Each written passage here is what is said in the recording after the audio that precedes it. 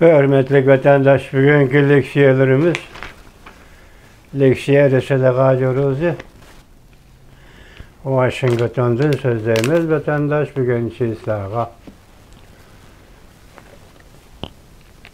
2022 yıl 1. ayının 20. günü vatandaşım.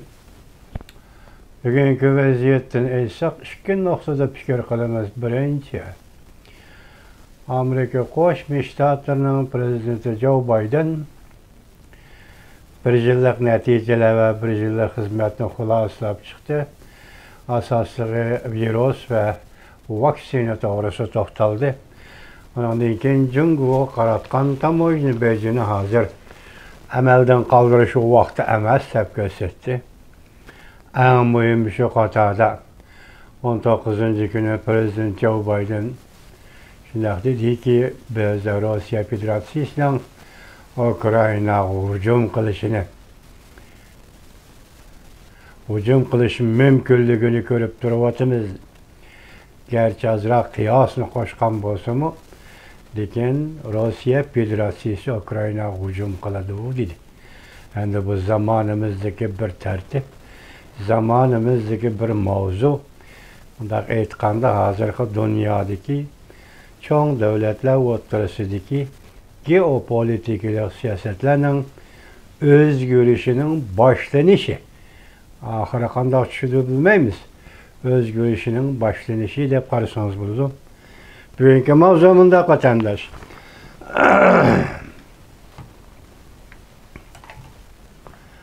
Bugungi mavzumunda Prezident Joe Biden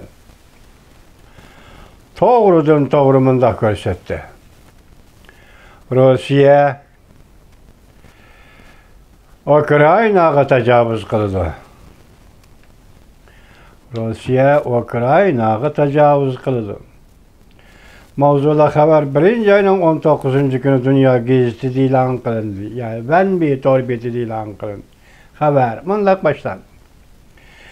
Rusya Ukrayna chegarasi zo'r ko'lamda harbiy kuch to'plab vaziyatni jiddiyleştirib o'tdi. Prezident Joe Biden 19 kuni aniq qilib mundaq ko'rsatdi. Rusya Ukraynaga harakat qo'llanadi. Bu ham Prezident Joe Bidenning yaqingacha Prezident Vladimir Putin to'g'risida eng bevosita qiyosan fikr bayon qilishi bo'lib hisoblanadi. CNN xabar qilib mundaq ko'rsatdi.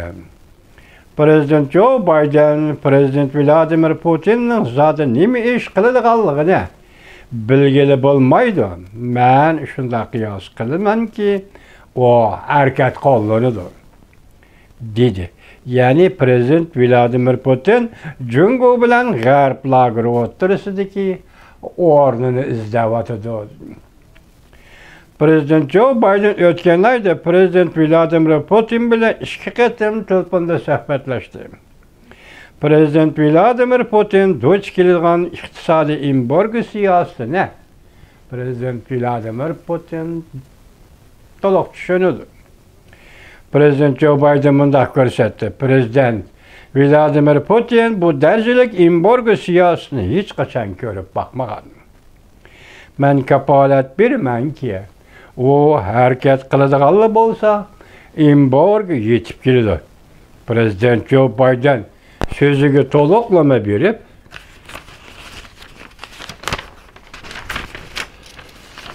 mundaq ko'rsatdi. Embargoning darajasi Rossiyaning Ukraynaga tajovuz qilish ahvoliga bog'liq bo'ldi. Prezident Joe Biden ta'kidlab mundaq ko'rsatdi. Agar chegaraga to'plangan askarlar o'zining iqtidoriga tayanib bir ish qiladigan bo'lsa, ular Ukraynaga tajovuz qilib da keladi ekan, bu urush Rossiya uchun aytganda bir maydon opatdir. Bizning do'stlarimiz, ittifoqdoshlarimiz Rossiyani embargo qilishga va badal to'latishga tayyorlanib qo'ydi. Cümleden Rusya'nın Amerika pul muamele organlarındaki her kandak ticareti çektiğimi gökşüraydı. Devamını anlayışla vatandaşı.